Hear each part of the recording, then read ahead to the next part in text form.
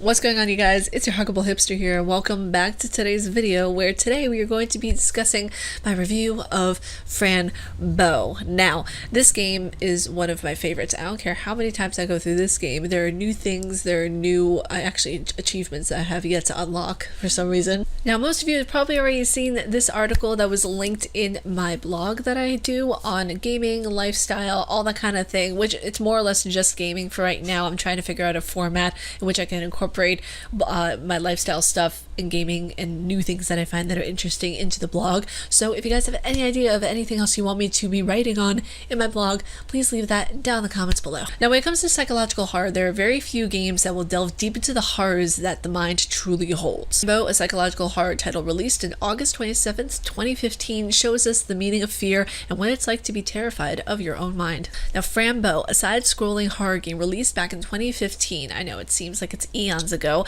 shows us that we shouldn't judge a book by its cover. The game delves into the mind and does not regret anything. It doesn't regret showing you the horrors that truly encompass and engulf and eat the brain whole. Now, in this article, I will be discussing things that set this game apart from the rest. So be warned that there will be themes that could be somewhat trigger-inducing. I already have been in contact with a few of you who have not seen the game and don't want to, based on the fact that it is very triggering for some, so you guys have been warned. Even though there aren't going to be any graphic things popping up and everything like that, the themes that are discussed in this game are somewhat trigger-inducing.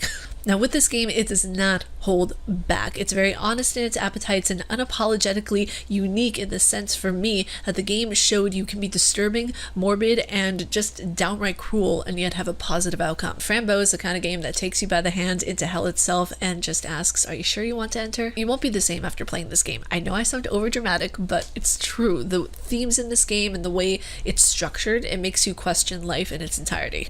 These are real-world issues. These are things that carry weight and strengths to them, and I never saw this in a game before. In all its honesty, Fran amassed a following that changed the way games were perceived as well as played. This game will take you through the horrors of separation issues, abortion, self-harm, having a split personality disorder, and addiction. I could go on, and I could go more in depth, but this would turn into a thesis, more or less a short to the point review. And plus, I want this to be in a sizable chunk for my consumers, that way you guys don't lose interest. Now, in the beginning, it's kind of a cute game, I have to admit. When I first saw it back when it came out, I thought it was adorable. You know, you get a kitty, you get a loving family, but soon you get the forbidding sense of impending doom that just creeps in. Just really creeps in. Now, this clouds the game. You have a very, I don't know, just this heavy sense of sadness in the game, and that, I don't know, that's just the theme of it. Even though there are funny moments in the game, it has this umbrella of sadness over the entire. Now, the first section that you are in is at a mental institution. Who'da thunk? Because let's face it, a lot of the horror games that are out do focus on either mental institutions, being crazy, or showing the person that their mind is very vulnerable and that they have to work on something and go into different sections, and then you have to get certain items, and one of them might be a mental institution. It's just a very common theme throughout a game to see a mental institution. Now, you have to find your way out of this place, and the one thing that I cannot just enforce enough, one thing, if you learn anything from this game and my review, click on everything. Click on absolutely everything. I cannot tell you how many times I went over the items that I was looking at. I was looking right at them and I didn't see it because I just didn't click on it.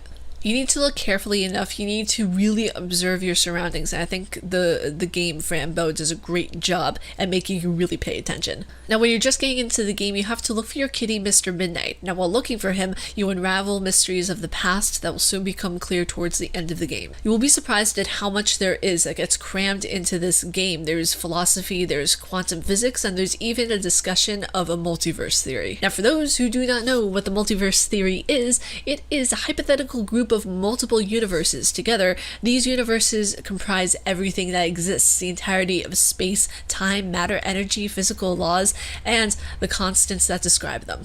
Now, it could be a stretch thinking that Fran is discussing multiverse theory, but there are 5 worlds or 5 universes, 5 realities that are discussed within the game. But one of the characters, Itward, one of my personal favorite characters, discusses that there are multiple yous that are in the same place but doing different things, different realms and different planes of existence or reality. Now the first reality is the reality of light, called Primive. The second reality is that called Thirsta. I can never get that one pronounced correctly, but that is where time is transient. Now the third reality is that of the human world, planet Earth. The fourth reality is that of death. Now much is said about this realm, but we know that Itward was born of that reality in the game. That reality is called Sinner's Day. And the fifth reality is a realm of darkness ruled by Mother Mabuka and her son Ramor. Not too much of a stretch to think that they are using multiverse theory. Now, with all the information that we have so far on this, whether it be multiverse theory or just different realities in general, and she wasn't even thinking about doing multiverse theory in the game, it's still an amazing job, like in making sure that everything is cohesive, all put together in a sense, and that it didn't make the player feel stupid. Like this game really doesn't make the player feel stupid, you know, as opposed to some other games where you're literally spoon-fed everything. This game does not joke around. It wants you to look for things. It wants you to be coherent and understand the different puzzles that are going on. Like it's a really well done game. It's really cool whenever you can see the contrapositive of a fully finished game, but also see the thought process that the writer and the developer went through in that game set, if I'm, making sense. Now, this game is set in 1944. So that sink in. This game was set in 1944, which a lot of things were going on then. Besides almost the end of World War II, this period in medical history is not a pretty one. There was still a lot of patient experimentation done, transorbital lobotomies. There was a lot of stuff that was going on during that time.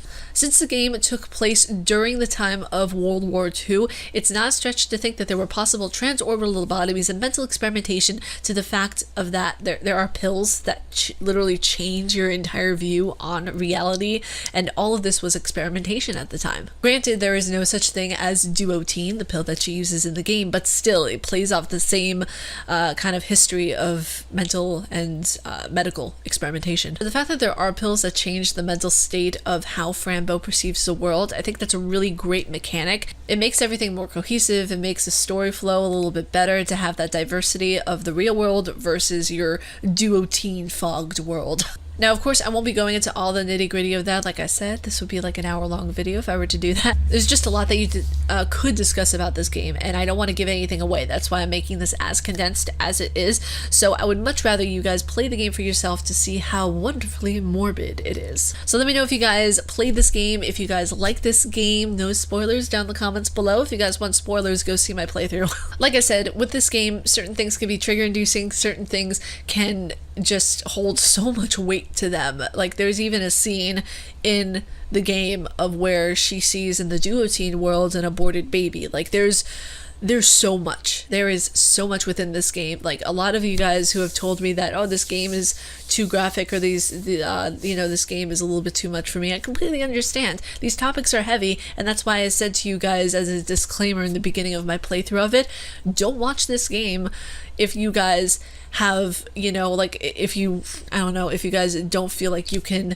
hold the weight of those subjects well. Like it's a lot. It really is. But if you guys don't mind heavy topics and you are as morbid as I am, please, and by all means, go and enjoy this game. It's a wonderful game. I really love the writing, the way that this writer just had everything at her fingertips, and she took all of the most sensitive topics, she wrote about them in a very elegant, morbid way. And there's such a thing as being morbidly elegant. Look at how Stephen King writes. Look at how Anne Rice writes. Like, that is morbid elegancy to its finest. And also, it's pretty easy mechanics.